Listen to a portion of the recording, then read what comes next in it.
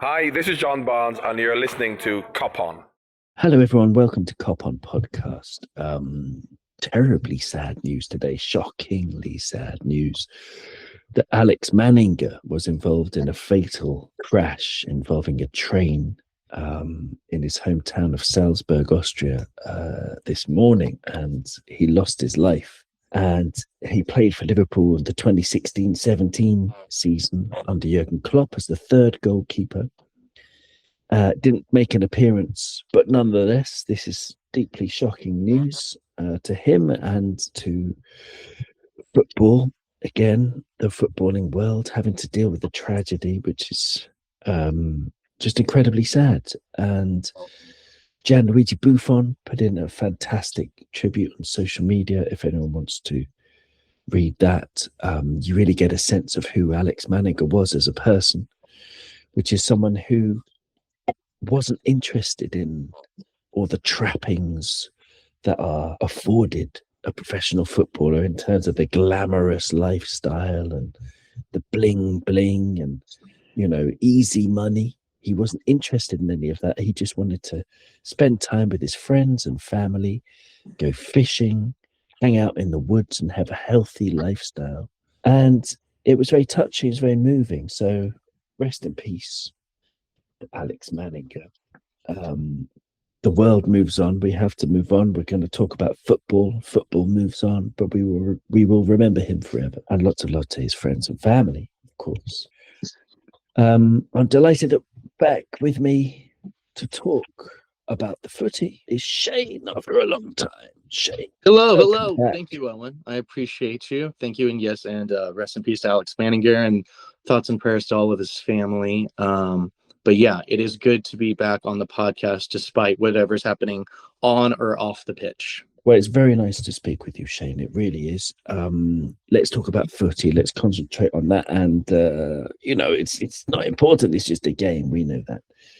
But more, sad news in terms of not tragic news, but very sad news nonetheless, is that Ekitike is out. And it's a big one. It's an Achilles injury. I looked into people who had ruptured Achilles, and I posted some things on our Kop On WhatsApp group. If anyone wants to join the Kop On WhatsApp group, then do get in touch, koponpodcast@gmail.com. You're more than welcome, whoever you are, wherever you are. But I did some research earlier about ruptured Achilles, and I found four attackers, who had exactly the same type of injury. Ekitike being one of them. So three others, Christian Benteke, Callum Hudson-Odoi, and Danny Welbeck. Now, Christian Benteke was exactly the same age, 23 years old, when he had a ruptured Achilles. Pre-injury, his record was 208 appearances and 78 goals. Post-injury, it was 296 appearances and 79 goals. And to put that in more simple terms, his goal ratio per match went down from 0.38 to 0.26 because he lost his explosiveness. He was always a good player. Even for us, he was a bit underwhelming for us because we didn't play to his strengths. But when Aston Villa were playing to his strengths, even after the injury, he was still a very effective player. But his goal ratio went down because there's something called, in physio terms, they call it the twitch response in your Achilles, which is like something that generally goes after this kind of injury, unfortunately. So Benteke's really good marker for what might happen is that we can expect some kind of diminishing returns, as sad as that sounds, from Hugo Ekitike. Callum Hudson-Odoi, he was only 18 when he had the injury, so it's a bit pointless to look at his pre-injury, post-injury record. But for the record, his goal ratio also went down marginally from 0.17 goals to 0.13, but he was only 18 years old and had only played 28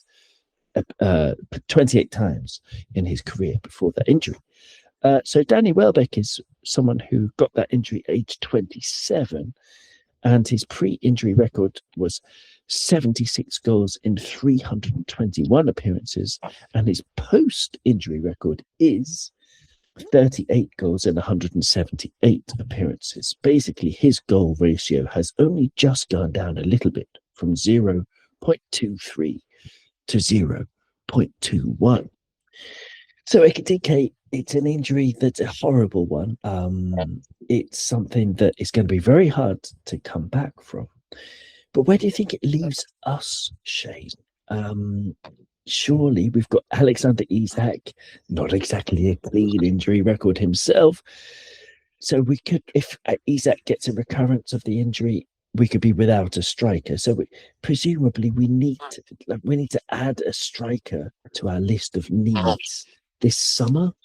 Yes, I would agree. I do think we do need to add that to the transfer list, but I think it's hard to rely on Isak for the rest of the season. I think this is going to push Slot to move Salah more centrally. And I think, honestly, that's probably where Salah sort of started for the PSG match, and then maybe Rio on the left. But that those are grievances that we will air out later. I really do think I'm more worried about the run. I'm more worried about the rest of the matches. I mean, in the summer transfer window, we can find someone. There will be somebody in the market available for us, but he's not going to be playing. I don't think he's going to be playing for all of next season. They say 9 to 12 months, but then the time it takes to like get back up to speed and everything else, I don't think we will see him I think he'll be part of preseason for the 27-28 year.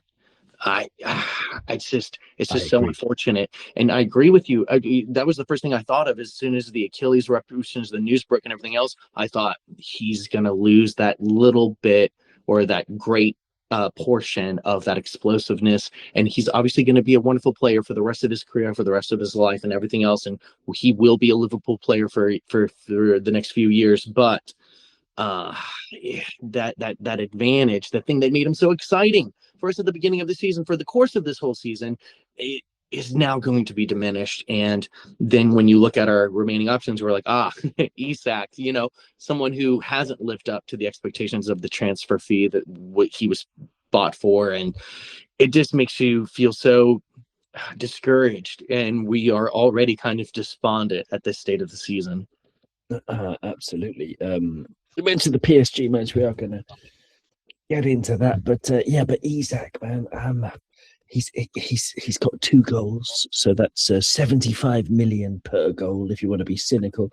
But he's played 526 Premier League minutes, which is what was 5 games, basically 5.5 games. If you add that, if you take it as a 90-minute game. And in the Champions League, 286 minutes, no goals and no assists, so about 3 games. So, yeah, we can't rely on him, obviously. How do you think he looked against PSG, Isak, in that experiment, starting him with Ekitike and Wirtz? I think it was, I don't know if it's going to be like a fair way to judge him. I think it was even surprising to hear that he was going to be playing at all, let alone starting. And so I think the reasoning behind it seemed to be, you're only going to get 45 minutes out of Isak. Do you want it to be the first 45 minutes? Or if it's the second 45 minutes, and let's say you get level on goals or whatever else, and then there's extra time, everything else, then you have to do a sub just to get him off. So it just seemed like the first half was the easier way to go, but that almost seems like you're planning the whole match around using Isak, which doesn't seem to be the right approach at all. It should have been with the players in form, the players that were giving, like what we saw with Fulham against Fulham was much more of what we wanted. And I did see the fight. I did see the effort. It's just, it's that whole huffing and puffing thing. It's we're building all this stuff, and then there's just not that sort of final killer instinct, or it's just not coming to fruition. And I just don't think the way we started Isak was the way to go. I think he should have been a sub nonetheless. But what did you think of Rio? What did you think of Rio subbing Rio? What did you think of the whole decision for the starting lineup? Well, I'll give you my thoughts on Rio maybe in a bit, because let's go through the PSG match. I'm not going to go through all of the highlights. I've just got the bite-sized. Oh, great! Oh, you pulled it up. Wonderful. From LFC TV or Red Video as it's now called. And when I saw the lineup, I could sort of see the logic in starting Isak. He obviously wasn't going to finish the match, but the idea was to give us a fast start. We need the players who are the best at finishing on the pitch just to put away that one chance that we might get early doors. I could see that logic. And also, we don't see them in training. We don't know how fit he is and how explosive he's looked in training. Sure. But I mean, I'm Rio biased. I would start him in every single match between now and the end of the season. After that Fulham performance, I would, even if you take him off after 60, sure. See, if they'd gone that way around, it would have made more sense to me, because you could take Rio off after 60, you could bring Gakpo on, and at the same time take off someone else and bring Isak on, depending on how many goals you need. Yeah, that would have lifted the crowd to see Isak come on if Gamoa goes off.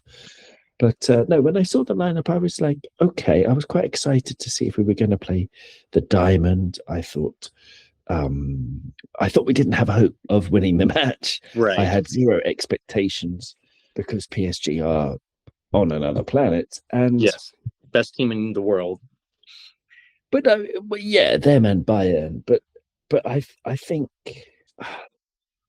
it's not hard to improve.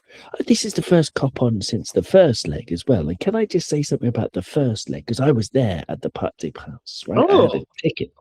Very nice. Yes, I have a ticket. I had some people at Paris Saint-Germain, and I managed to get a ticket. And well, you say very nice. It was a complete waste of time to go there. You still got to go. Well, I still got to go. I mean, it was great to be able to see Desiree Doué and Ousmane Dembele, and it was wonderful to be able to see Kvicha Kvaratskhelia. Of course it was, but to see the Liverpool numpties, I mean, I turned up and they didn't. I don't know. I was absolutely shocked, Shane. I'll tell you one thing that nobody's talked about, and nobody probably, I don't know who even was paying attention to these things. But when Jurgen Klopp used to stand and look at the opposition when they were warming up. Yes. Do you remember that? Oh, yeah. And opposition players would say that was a little bit intimidating, a little bit strange to have Jurgen Klopp looking at them instead of his own team. But I wonder what Jurgen would have felt if he had just been watching Liverpool's warm-up, because that's what I was doing. I was watching Liverpool's warm-up as if I were the PSG manager. I was trying to evaluate the body language and the tactics and everything. And it was crazy, Shane, because they were warming up like they were about to play the under-9s of Scout Pack. It was so unprofessional. I couldn't believe it. You had all the subs playing the sort of piggy in the middle rondos, they call it, that warm-up game, Yeah. But even that, it was quite half-assed, but you could sort of understand it because they were subs. But the rest of them, they were it's like there were no coaches there. There was nobody. Like the contrast between PSG, who were doing mini sprints, and they were doing these great warm-up exercises using all their limbs. They were in little groups. The goalkeepers were diving around all over the place. It looked like a very well-oiled machine preparing for a very, very tough match. Whereas Liverpool, honestly, they were just standing around, and a few of them were having shots, and the shots were really bad as well. And that's it. That was it. There was one game of kick the ball to Ekitike. He has a shot, he misses. And they're just standing around having a chat. I could not believe it. I could not believe my eyes, Shane.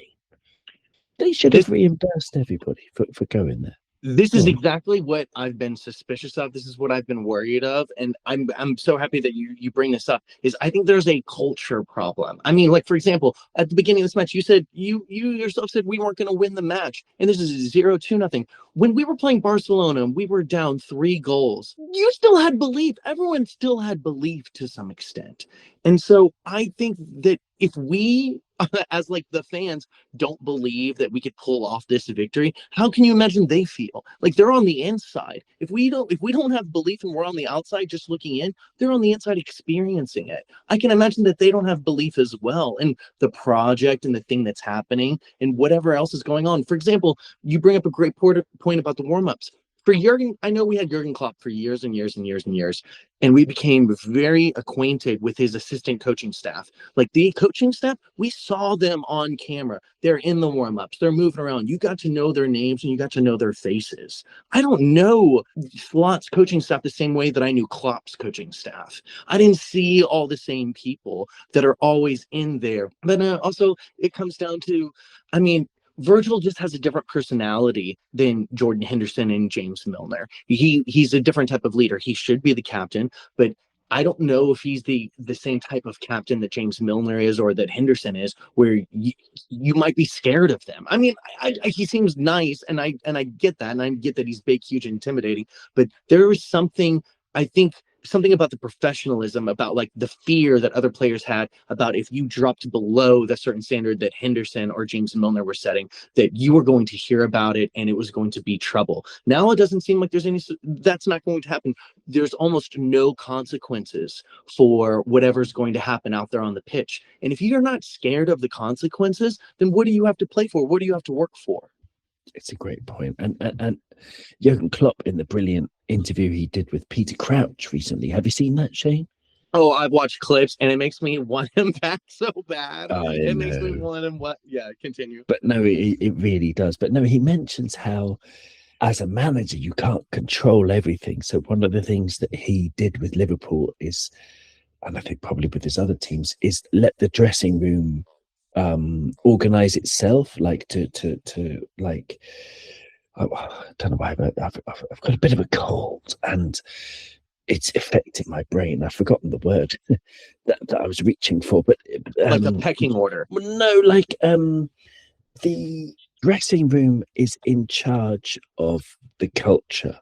Okay, so if someone steps out of line, one of the players acts in a bad way, it's not up to Jurgen to fix it or the boss. It's up to the captain and the vice captain to fix it. So if we go back to your idea of the culture, yes, I think maybe Virgil's doesn't know. Maybe Arne Slot hasn't given Virgil that responsibility, or the people, permission, the players, that responsibility. But there does seem to be a cultural problem. There was no one, like, if I was a player on that pitch, I would have been, basically booting people up the backside and saying, come on, let's prepare properly, because it was shocking. It was like they were tourists. It was really, really shocking.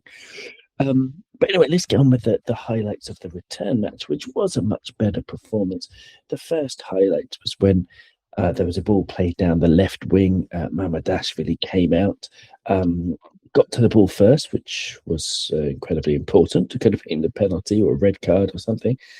But he got to the ball first, but he kicked it straight to Dembele, who took one perfect first touch. And then the second touch was a very, very difficult shot from the left wing area, which he managed to do quite well with. And it was a fairly simple save by Mamardashvili. The next highlight was just after Ekitike got injured. Mo Salah came on the pitch and produced an absolutely magnificent cross with basically his first touch. He controlled the ball and then, quick as a flash, got it onto his left foot. And the cross is delicious. It's undefendable. I've paused it just as Mo Salah has just struck the ball. And William Pacho, Marquinhos, they're in a good position on the edge of the 6-yard box, ready to defend, watching the ball. There are 4 other PSG players in the box.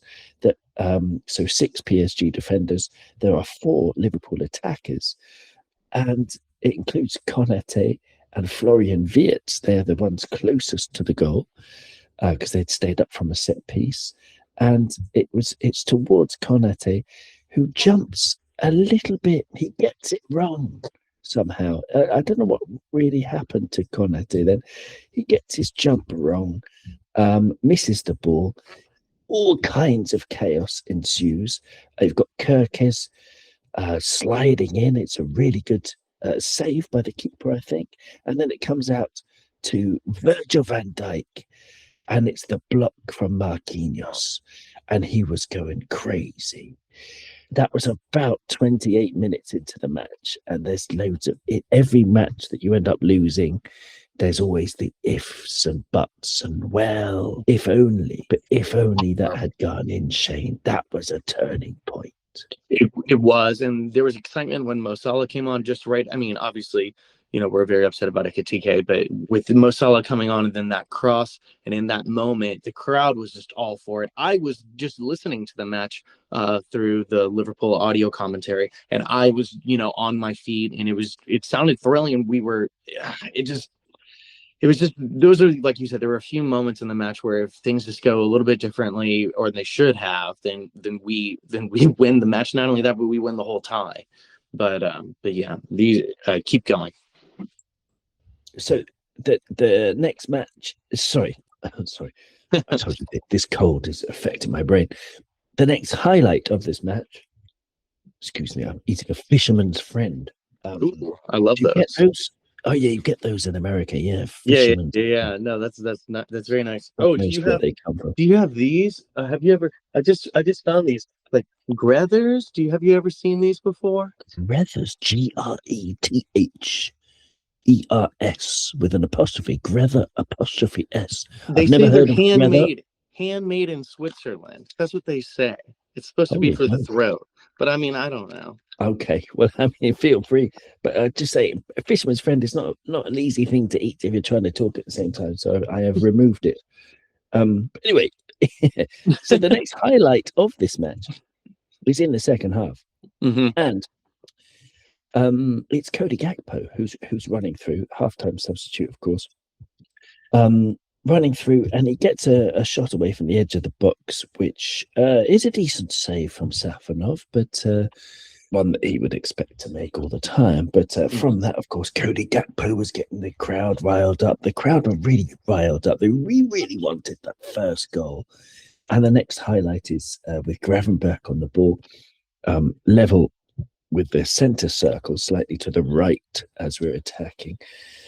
And there's a big space in front of him because the PSG midfielders are marking McAllister and Wirtz, and in front of them there's Cody Gakpo in a central position who's been marked by both PSG central defenders. So what does Gravenberch do but just run into the massive space? And it's a perfectly logical thing.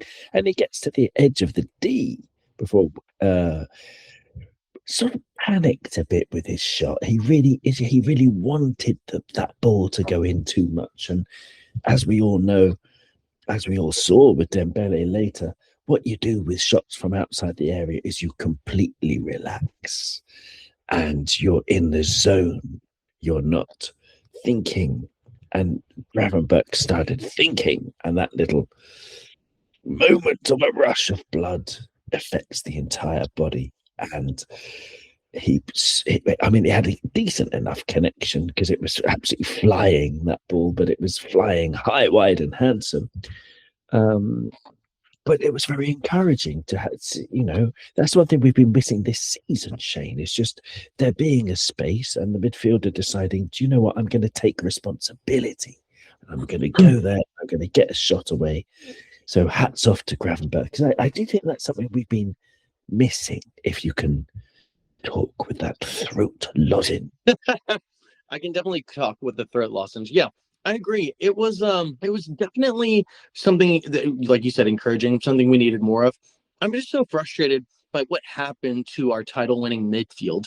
It seems like it was broken up, and I felt like in hindsight it should have stayed more together. And I really wish Slot would have stuck with that sort of lineup that won us the title more often than trying out the new players and testing them so much. But, like, for example, Sloboslai, with like the physicality, the things that we had during that title-winning season, I saw in the match with against PSG a little bit more of that. And it was like the team is there, the individual performances are there. It's just something that's happening to the collective tissue. Something's happening to the way that we are cohesing together is just not mixing.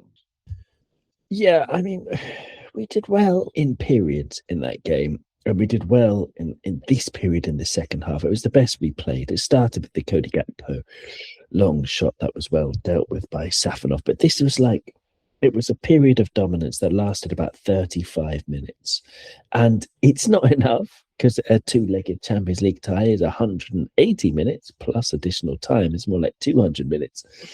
But it was encouraging. You could see it as encouraging because this team is capable of pushing PSG back, causing them panic. And yeah, so Mo Salah, the next highlight is him receiving the ball on the edge of the penalty area, dribbling sort of diagonally backwards, but more centrally to get almost in line with the goal post, the near post, before floating this absolutely incredible pass. If you were just listening to this on radio commentary, perhaps they wouldn't have been able to, in the moment, sum up the beauty of this pass by Mo Salah. But here we are on the replay, and we can see that it's something that belongs in the world's greatest operas. It's something that belongs in the world's greatest theatrical plays, where again he's totally relaxed and he plays this ball with his left foot, and it's curling and arcing, and he's seen the run of Kirkes because he's like a cat. He sees the world in many more frames per second than you and I, Shane, and he has seen Kirkes, and he plays the most magnificent pass. Kirkes runs onto it, and again, the rush of blood thing. And this was our problem during this period of dominance. It's a rush of blood thing that he swipes at it with his right foot. But he could actually, if he was also as relaxed as Mo Salah, run onto it with his favourite left foot and actually played it fairly simple if he was relaxed, a relaxed pass inside, because both Florian Wirtz and Cody Gakpo were both waiting for tap-ins, but instead it sort of not flashed wide. It wasn't quite a flash, but it was definitely a big moment. That he shanked it wide. We'll call it a shank. That pass, Shane, from Mo Salah tells you that he should have started the match. Absolutely, especially after his performance against Fulham. Yeah, you want Mo Salah starting, you want Rio starting. It was during this period of dominance, and even Luis Enrique said in his post-match press conference that Liverpool deserved a goal at some point in the match. We definitely deserved one or two goals, and this was another moment. I agree with your assessment about human performance. That is a very real thing about that rush of blood, about not the relaxed flow state sort of state of mind, and I think that comes from leadership from those around you. I think that also comes from confidence, self-belief, and everything else. If things are going well, then all of that just falls into line. And again, that it all goes back to, it's like you have like a problem at the bottom of your foot, and then you have a problem in your spine, and you're like, how is this one thing? It's like, oh, it's because your gait's off, because now you're walking differently, so now everything else is out of line. And so this is how it is with this team at the moment, is that a few smaller things are out of line, and it's having this chain reaction through the entire spine of the team. And but all that to say, I'm going to miss these passes. I do think Mo Salah is capable of being an influential playmaker on the ball moving forward. Do you think that we could get some more use out of him for a few more years? Are you happy that he's leaving at the end of the season?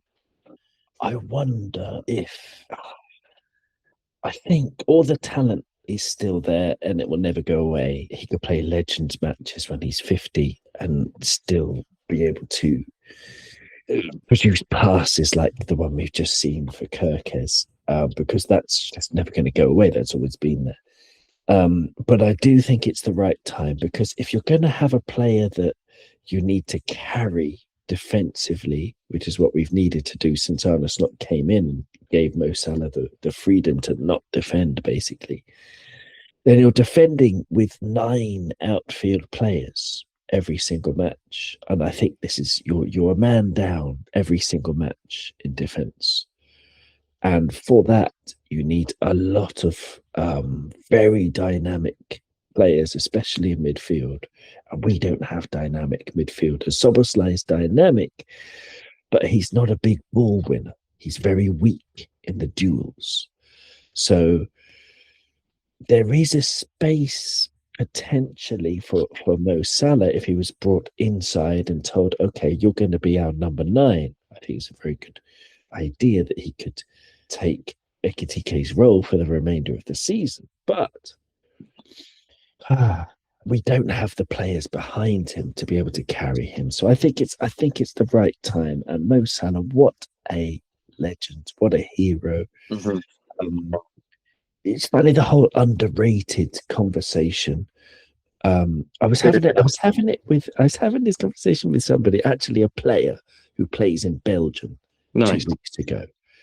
Whenever it was, 1 week ago, 10 days ago, whenever it was that Mo Salah announced his retirement, I had a lesson with a Belgian player, and I said, Mo Salah, the people who are not Liverpool fans, because he's not a Liverpool fan, don't realise how good he is. And my student was like, oh yeah, but no, that's not true. No, I mean, I wouldn't say he's underrated. He's one of the best Egyptian players ever. Wrong. But that's the definition of I'm teaching you the definition of underrating, because he's not. He is without doubt the best Egyptian player ever. He is the best African player ever, and he's probably up there in the conversation with the greatest Premier League player of all time. And just by nature, but just by merit of being number 3 on the goal scoring charts, he has to be. And being a winger, not being a striker like the others. And he's in the conversation, because the football started before 1992, to be one of the very best players in English football history. That's what we're talking about. We're not talking about one of the best Egyptian players. So it's sad, of course, to see the demise of such a legend, because he's certainly lost the pace. And it's sad because you just want him to score 40 goals in every single season. But we can already begin to look back on just, the thrills. Like, if I just begin to look back, I get these little these little tingles of Mo Salah magic moments that just, so many of them. So many, Shane. Yes. He will be truly remembered. I mean, I don't know if I'm going to have grandkids. My child is only 2 years old. He's about to turn 3. But I'll be, when he's old enough to understand, his ass from his elbow, then I can tell him all about Mo Salah and perhaps his children when I'm a granddad. Who knows, Shane? Who knows? But Mo Salah. What do you think? Do you think he should stay an extra year? I mean, I think if there was a manager change, I could see him staying for another year. I think you are right about the players behind him. This goes back to the point I was making about that title-winning midfield. I think Wirtz is just a different. Florian Wirtz is just a different player, and I don't know if he can provide the same sort of physical defensive backup to what we need in that sort of situation. And I agree, taking him away from the defensive responsibilities, and then that makes us weak in other areas. And so I can understand leaving now, especially because you said demise, and it's not even. And for us, going from the height that he was to now where we are this season, that word does fit. But I think he is going out still with respect. I still think he's going out very much in high regard, by all means. And if anything, this season, the fingers of the people can point the blame at a lot of other people and a lot of other situations that aren't Mo Salah getting older. And so even though he has taken some of the blame, we have been over relying on him scoring 35 goals, 20 assists every season. We've been relying on that. And so now it seems it probably is the ideal time to go out when things are unsteady as they are. But I am going to miss I'm going to miss passes like that. And you are right. I'm so thankful though that we have all these recordings now that, like, for example, I can't go back and watch every single one of Ian Rush's goals, all 300 and whatever else. I can't go and do that. We can do that with Mohamed Salah. You can show your grandchildren. I can show my grandchildren. I can annoy future generations for years to come with Mo Salah goal highlight compilations. Well, let's hope so. Let's hope the internet still exists and Armageddon has not befallen us. Fair and point. Yeah, because you never know these days. Yeah, no, I mean, you're absolutely right. It's a very good point. And I mean, regardless of anyone, I'll get some kind of bicycle-powered electric generator. I shall reinvent the internet just so I can watch YouTube highlights of Mo Salah in that post-apocalyptic world. The next highlight is a big break that's on for PSG. They've got a 3 versus 2 with Kvaratskhelia on the ball, bursting past the centre circle. Virgil van Dijk is one of the defenders. Kerkez is another. He releases Dembele, who is in an offside position. Kerkez puts his hand up to claim offside. Kerkez perhaps knew, but Dembele passes it across to somebody. I can't remember who, but it was offside anyway, so it doesn't really matter. But that was a dangerous moment. Showed you what PSG were capable of. But now Liverpool are on the attack again. Mo Salah plays it into the box to Florian Wirtz, who has his back to goal and has 3 PSG defenders surrounding him. So he plays an outside of the foot pass almost immediately to the edge of the area to Dominic Szoboszlai, and the whole crowd is saying, "Shoot, man, shoot!" But he took 1 touch. It's on his left foot. He's got 3 PSG defenders right in front of him. So Dom makes the right decision and has a whack anyway, but it got a deflection. And then McAllister on the rebound, for me, this is never a penalty in a million years. He steps in front of the defender. The defender doesn't even really make a challenge. Yes, there's a bit of contact, but there's contact because McAllister's just thrown himself in front and fallen over. And Shane, you might disagree with me, but for me, I think this is how VAR should work, in that the referee understandably gave a penalty. But if you look at his view, I don't know if you'll see a replay here. You probably won't see a replay because it's just the bite-sized highlights. But if you see a replay from you, there's one angle where you can see the referee's view, and that he had quite an obstructive view of it. In the Premier League, that would never be overturned because they're too chicken shit to overturn each other's decisions. But it wasn't a penalty. And so VAR had a look and they decided, do you know what? It's not a penalty. The referee had a look at either nothing or he was just told in his ear that it wasn't a penalty, so it wasn't given, and the call was overturned. I'm okay with that decision. I really am. Shane, how do you feel about it? Yes, I think I'm in accordance with you. I think it's just hard whenever we've been conditioned week in and week out by the Premier League refereeing, and I think we're all a little bit traumatized from those experiences. And so then whenever we see a situation like this where VAR acts in the correct way, and yes, it isn't going our way, but we all know Alexis McAllister is our dark arts magician. He is the designated player who, if there's anyone who's going to take a dive in a match, it's going to be him. And I'm not even upset with him about it at all.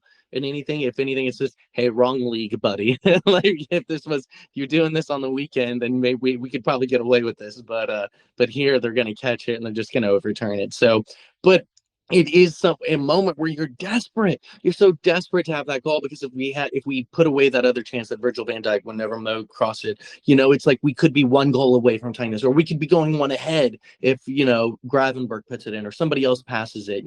So it's just that desperation to come out with a victory that makes it seem so unjust.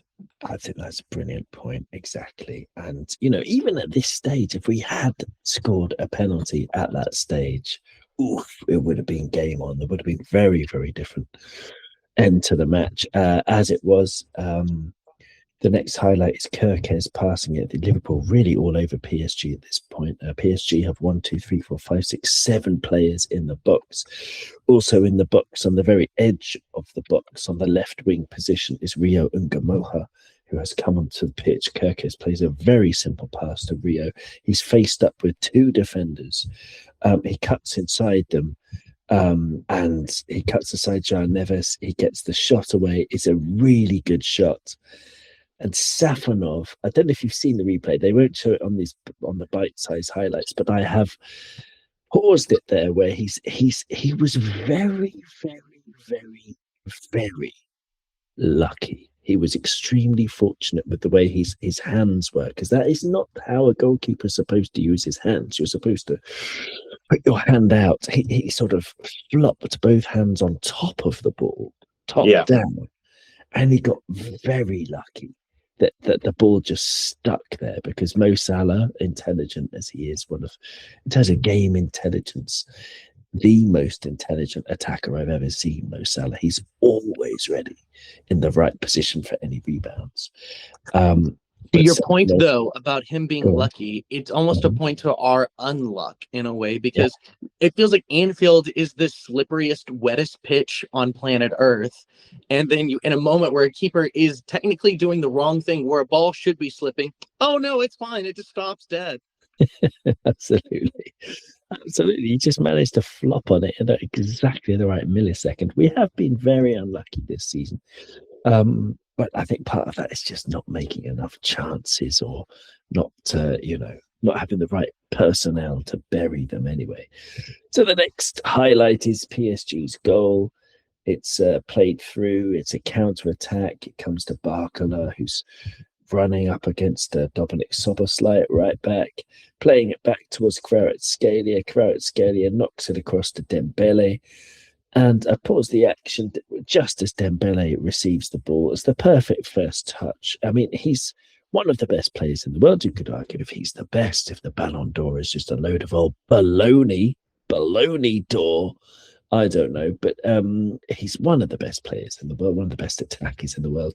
His first touch is magnificent, and his head is up, and he's assessing the options. Again, going so much faster in his brain than so many of us mere mortals.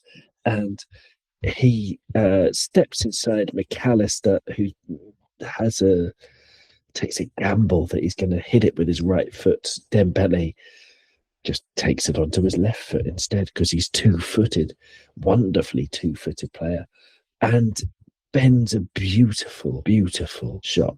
It's a gorgeous shot. You've got to take it. I mean, it's a sickener for us.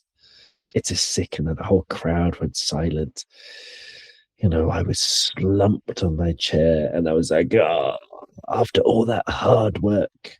But that's the difference in football in the Champions League. We had those chances from very similar positions. We didn't find the beautiful shot. We didn't find that beautiful moment of calm that Dembele found. And from then, we had a chance to equalise on the night, sort of a half chance with the Kirkes spin and turn. And then it became 2-0 in added time, as Liverpool were, already saying good night, sayonara, or indeed bon nuit, because PSG had won that match. Champions League quarter-final is always about details. It's about little things. If you're going to win a match, you have to be a lot better than we were over 180 minutes. But there were signs, and that's something that Arne Slot said in his post-match press conference, was that this team can take heart from that performance going to the future. I thought Kirkes was really good, Shane. Best player of the night. Best player of the night. His left back deputy this season now. Andy Robertson has also announced his retirement from Liverpool. He's leaving us, Shane. And again, let's have the underrated conversation. I wonder if my student in Belgium would call him one of the best Scottish fullbacks of all time. Because He's the best left back the Premier League has seen. He's the best left back I've ever seen, apart from Steve Nicol. I remember Steve Nicol, how brilliant he was. But he played all over. He wasn't just a left back. He also played sometimes in midfield and a lot of right back. Steve Nicol was an amazing player. But Andy Robertson, I think there is a conversation that he's up there, has surpassed him. He doesn't have the medal haul, but perhaps he should have the same medal haul as Steve Nicol. I mean, if it weren't for those blasted cheats at Manchester City, then he would have a very similar medal haul, I imagine. But yeah, what a guy Andy Robertson's been, Shane. I mean, when you hear the name, when you get that name chucked at you, Andy Robertson, what it splats into your mind, and what colours are there? What colours have been painted by his name? Well, first off, the words come to mind, and maybe that'll help paint a better picture. But I guess the color red, obviously. But for him, the word is universal fan favorite. Yes, undisputed cult figure. Just he embodied the spirit of the club in so many ways that he was almost like the designated working class sort of hero in terms of coming from the fourth level of the league all the way up and everything else, and his whole story talking about how he would be at the petrol pump and only having 10 or 20 to for gas, and just embodying that journey of the rags to riches. And Andy is that through and through, and while maintaining humility and a humble nature. And he is something that the fans really love, like especially in the city of Liverpool. It reminds me a lot about Texas in some ways. For example, in Texas, they don't really appreciate a person who's showboating too much or is too flashy with the material possessions and everything else. And I know footballers, they have their fashion and everything else, and I'm all for self-expression, but the way Andy carried himself is what it seemed like, and almost like the old gentleman's way of carrying yourself that the city of Liverpool had wanted out of a player. And he's always been a sort of a vice captain throughout all of the years. And yeah, I mean, life at this age is rubbish with no money. Yeah, can I just explain that to the listeners? Sorry, yeah. No, I'm going on and on. No. I want you to carry on. I just wanted to bring context to what you were mentioning before that. His story when he started. This tweet is from the 18th of August 2012. And it's at 9:12 p.m. Andrew Robertson 5 is his Twitter name. But Andy Robertson said, "Life at this age is rubbish with no money. # need a job." The 18th of August 2012, 14 years ago. He's 32, so he was 18 years old when he did that. I was 20 years old in Waco, Texas, thinking the same. It is rubbish. Yes, well, there you go. Yeah, exactly. But what a story! Because 18 years old it's old. I mean, it's a year older than Rio Ungamoha is now. So Rio is older than Andy Robertson. Andy put that tweet out. Life at this age is rubbish with no money, and it really does put it into context. You're saying a working class hero. He worked in a supermarket. It's the fight and the endeavor and the guts and the glory, but also the brains and also the talent and his assist record. Now, Trent Alexander-Arnold, unsurprisingly, is the best assisting fullback in Premier League history. I forget if it's 63 or 64, one of the two. Andy Robertson is second on that list with about 54, 55 off the top of my head, 55 assists. Number 3 on that list of the most assists by a fullback, and this is just in the Premier League era because they didn't really count assists before. So we've got 63 for Trent, 54, I'm going to say, for Robbo. The next best is 27, Shane. 27. What? Yes. What?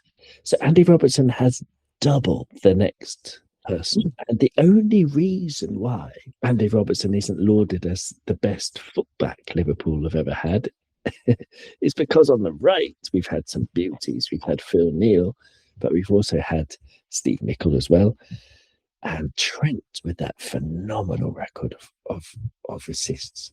So, yeah, Andy Robertson, his quality, that left foot, I would say he's possibly the best left back. For me, he's better than Roberto Carlos. There you go. Wow, that is a big claim. That is a big Roberto Carlos was dodgy defensively.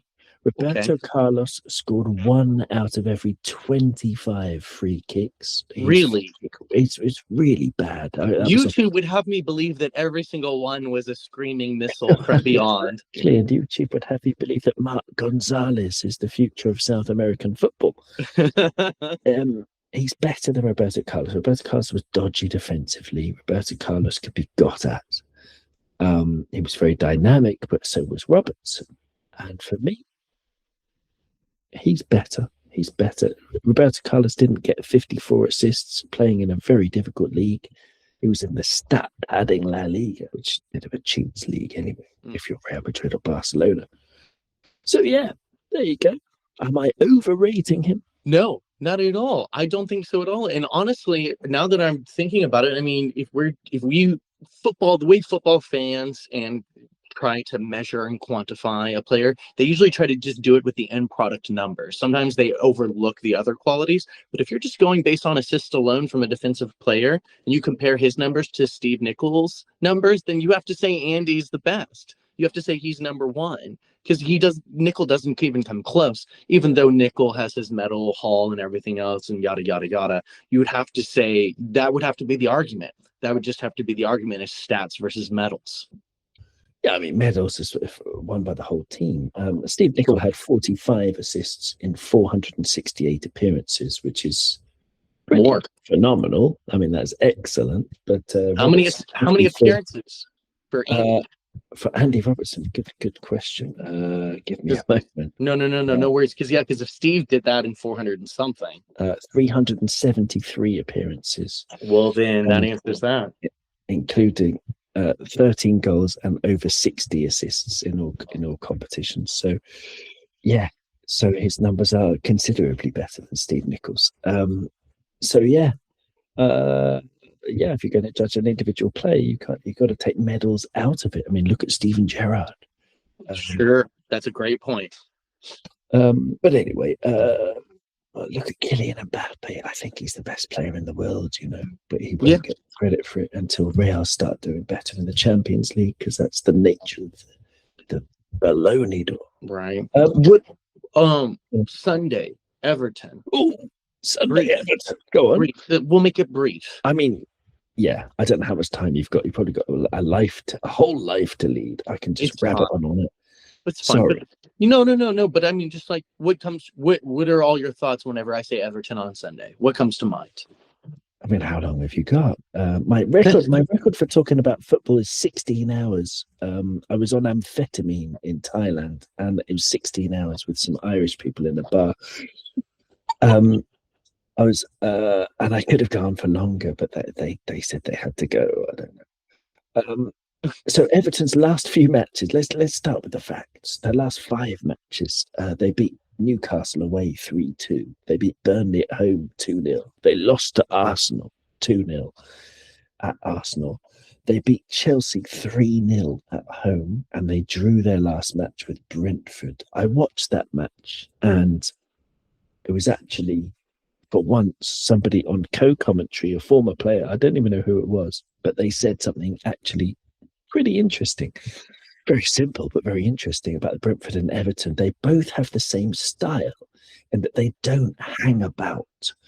If there's a chance to knock the ball into the box, they're going to knock the ball into the box. And the thing that does is that it exposes how good your defence is at just being a defence, which is why I think we need to start Joe Gomez. We do not start Frimpong in this one.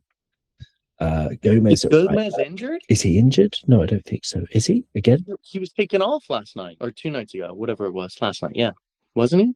I mean, I forget. I've got amnesia these days. I don't know. No. I just feel like he was taken off, so I don't know. I feel like there are question marks whether or not he's available. I could be wrong.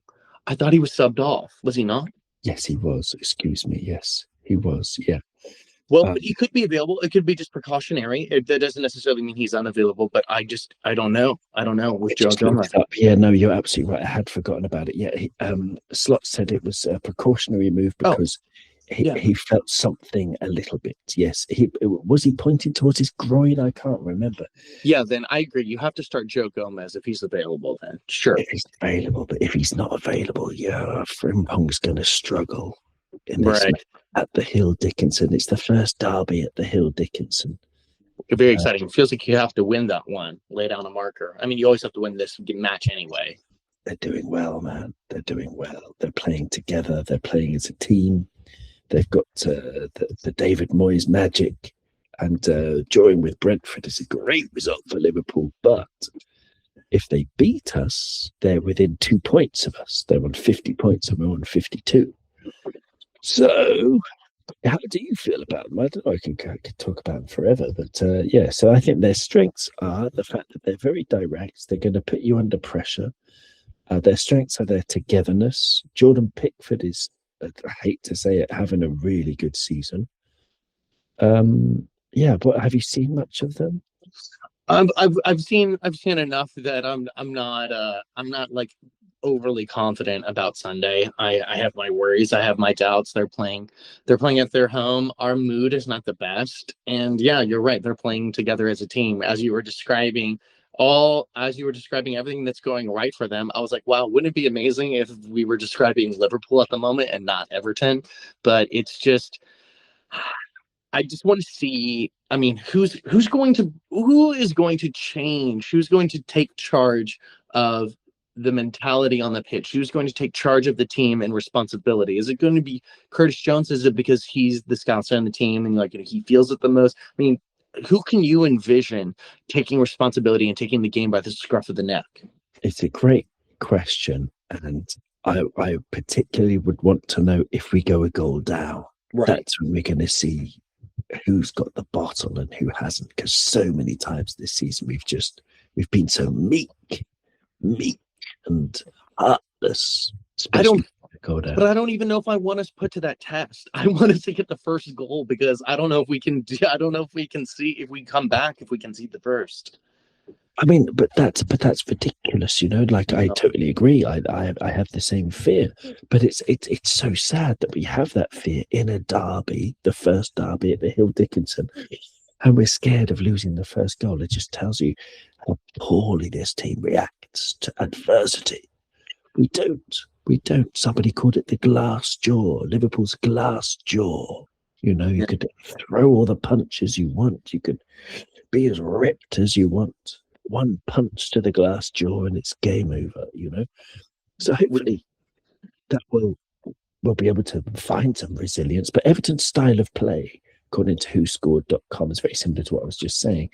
According to WhoScored.com's team report on Everton, it says they attack mostly down the left. They have a lot of long balls. They attempt crosses often. They play with width. They take a lot of shots. And they have a consistent first 11. Their strengths are that in the aerial duels, they are very strong. And they are strong at creating chances using through balls, protecting the lead, and stealing the ball from the opposition. All of the things we hate. Yes, that's what Everton are. Their weaknesses are keeping possession of the ball. They are weak at keeping possession. They don't care about possession. Possession is for the weak. Right. But they're weak at that, apparently. And they're weak at defending against through ball attacks. And they're weak at defending counter-attacks. But the thing is that they're not going to give us the space to counter-attack. They're going to sit low. They're going to watch us play side to side, and we're going to have to. This is why we got to start Rio, Shane. I agree. those three weaknesses you listed, I was like, Just oh, great. It's a good thing we don't do any of those three things. I mean, it's like we hold on to all of the possession, that we're not playing any through balls. We're just going to do endless crosses. And then what was the third one? What was the defending counterattacks. Oh, we're never going to counterattack because we're just going to have the ball and we're going to have you pinned back and we're not going to know what to do. We're going to meander around the pitch. Like, so yeah, no, but we have to start Rio. We have to start Rio. He's the only, that's the answer to the question earlier. That's the one who he is playing fearlessly. He has no fear. He does not care what's happened before in the season. He doesn't even care what's coming next. He wants in the moment to win. And we need that. And we need that. It's crazy that it's coming from a 17-year-old, but I'm all for it. And I don't think we need to dampen that sort of fire that is stoking inside of him right now. Absolutely right. If you just give him the shirt, give him the starting place, say go and have fun, enjoy yourself, see what happens. Because he's so exciting. I don't remember, like, just the last question. We're going to end on a positive, Shane, about Rio and Gamoha. We're so lucky. I mean, I want to end on a positive. The immediate thing that jumps into my mind is a fear that some other club poaches him. Let's just say that we tie him down to a contract he's happy with, and he's enjoying life in Liverpool, and he wants to stay. How excited are you compared to any other youngster that you've seen at 17 years old for Liverpool? I haven't. Like the last time I can remember someone like lighting things up in this way that was like in this way. I mean, he's doing it more than Ben Woodburn was doing it. It's almost similar to the Michael Owen sort of days. Like, I mean, Michael Raheem Owen. Sterling, people say Raheem Sterling is very young. Raheem Sterling is a great comparison. I think, I don't know. I think he could be a future world beater. I really do. But when you remember Sterling coming through, I think Rio's better because Sterling always had the same problem, is that he couldn't kick the ball, which is a bit of a problem for a footballer. But he was strong and he had great vision, wonderful passer. You couldn't get the ball off him. He was press resistant. He was brilliant dribbler. But put him in front of the goal 8 yards out and like kick it in the goal, Raheem. And he couldn't really. If you look at his record, I don't think he got 20 goals a season in any season. Whereas Rio, he's got a bit of a thunderbolt that's developing with that right boot of his. I was so excited. I think he's better than Sterling. I agree. And what I really like is his quick release. Is that obviously he has his quick feet moment, but he can release the ball. He doesn't need to. He can do the big thunderbolts, but to get to a lot of those curling strikes, his leg, he doesn't pull it all. He doesn't need to pull it all the way back. He can quickly get it off, and I think that's what catches people by surprise. It totally does. And so, yeah, I mean, start it, please. Please. But, when is Slot ever going to do the thing that we want him to do? Well, we don't know. I don't know. We'll see what happens. I mean, Liverpool's final game's coming up. We've got Everton away, Palace at home, Man United away, Chelsea at home, Villa away, and Brentford at home. It couldn't be tougher, really, if you take Man City and Arsenal out of the equation. That is very tough running.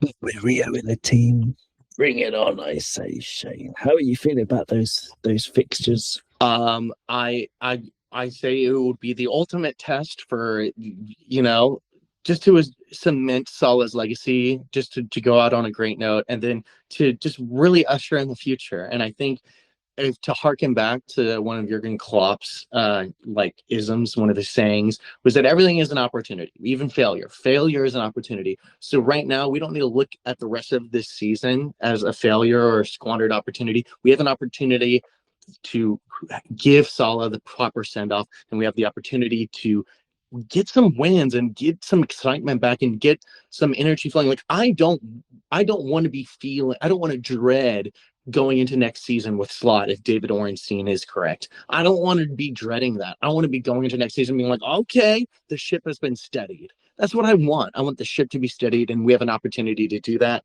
So let's bring it on. I love it. Liverpool won 2 wins from 8, by the way. but it doesn't feel that way. You said we were going to end on a positive. Yeah, we're going to end on a positive because we're going to get in the Champions League, Shane. We're going to do it. We're going to do it. We're going to show our true colours. And they're going to keep adding spots as long as to get us in. 6th place, 7th place, 8th place, whatever they need to keep adding to get us in. I need another fisherman's friend. Thank you very much, Shane. It's been a pleasure. We'll see you soon. You'll never walk alone, everybody. Thanks for listening.